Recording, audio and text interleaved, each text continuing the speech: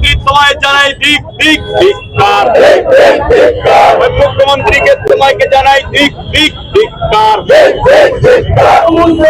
নেত্রী যেখানে যাবে ওনাকে এই প্রশ্ন করা হোক যে কোন কমিউনিটির সাথে কোন কমিউনিটির যোগ পাচ্ছে পশ্চিমবঙ্গের হিন্দুদের 12টা বেজে যাবে।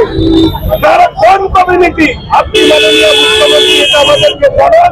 যদি আপনি মুখে না বলেন তাহলে আপনি ক্ষমা চান, তাহলে মাননীয় মুখ্যমন্ত্রী আপনি ক্ষমা চান। যতক্ষণ না ক্ষমা আপনি চাইবেন, আমি চাই আমার আবেদন রাজ্যের প্রতিটি মানুষের কাছে, পশ্চিমবঙ্গবাসীর কাছে, মুখ্যমন্ত্রীর কাছে এই বার্তা পৌঁছে দেওয়া আমাদের সবার দরকার। আপনারা দেখলেন যে কালো কাপড়ের মধ্যে আমরা মাননীয় মুখ্যমন্ত্রী বলেছেন একটি কমিউনিটি জোট বাঁধলে আপনাদের অর্থাৎ হিন্দুদের 12টা বাজিয়ে দেবে। আমরা মাননীয় মুখ্যমন্ত্রীর কাছে অনুরোধ করছি যে আপনি আমাদেরকে জানান যে কোন কমিউনিটি জোট বাঁধলে পশ্চিমবঙ্গের হিন্দুদেরকে 12টা বাজিয়ে দেবে। আমরা একটি কথা লিখেছি, হিন্দুদের উদ্দেশ্যেই লিখেছি, জন্মসূত্রে যারা হিন্দু, জাগলে সকাল না হলে পরকাল। এই রাজ্যে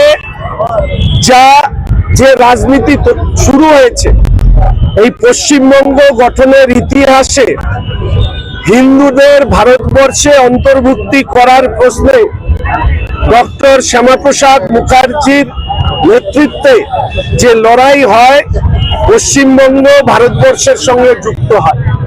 সেই পশ্চিমবঙ্গে হিন্দুদেরকে দ্বিতীয় শ্রেণী নাগরিক বানানোর চক্রান্ত বা চেষ্টা আমাদের রাজ্যের শাসক দল তৃণমূল কংগ্রেস করছে। পশ্চিমবঙ্গের মাননীয় মুখ্যমন্ত্রী যেদিন ইমাম ভাতা দেওয়া শুরু করেন, সেই দিন থেকে পশ্চিমবঙ্গে রাজনীতিতে ধর্মের অনুপ্রবেশ ঘটে। পরবর্তী ওনার 15 বছরের শাসনকালে হিন্দু দেবদেবীদের অসম্মান, অপমান, পুজো বন্ধ করা, সরস্বতী ঠাকুরের পুজো হাইকোর্টের আদেশে পুলিশ প্রহরায় হওয়া থেকে শুরু করে রামনবমীর মিছিল, সেখানে বিভিন্ন ধরনের সমস্যা তৈরি করা, এমনকি মালদা মুর্শিদাবাদে হিন্দু হওয়ার অপরাধে হরগোবিন্দ দাস, চন্দন দাসকে কুপিয়ে কুপিয়ে হত্যা করা, সেই জায়গায় দাঁড়িয়ে পুলিশের নিষ্ক্রিয়তা এটাই প্রমাণ করছে যে এই রাজ্যের সরকার হচ্ছে হিন্দু বিরোধী সরকার। এবার এই পশ্চিমবঙ্গে হিন্দুদেরকে সিদ্ধান্ত নিতে হবে, পশ্চিমবঙ্গবাসীকে সিদ্ধান্ত নিতে হবে। এই রাজ্যের মুখ্যমন্ত্রী রাজ্যের উন্নয়ন করতে ব্যর্থ হয়ে রাজ্যে ধর্মীয় ভাগাভাগি করে ক্ষমতায় থাকতে চাইছেন। ফলে স্বাভাবিকভাবেই আমরা এই কথা মানুষের সামনে তুলে ধরবার চেষ্টা করছি।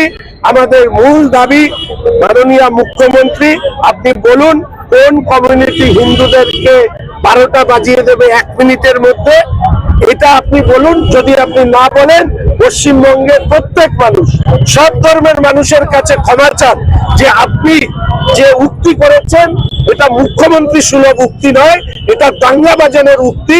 আপনি পশ্চিমবঙ্গের জনগণের কাছে খোলা মঞ্চে ক্ষমা চান।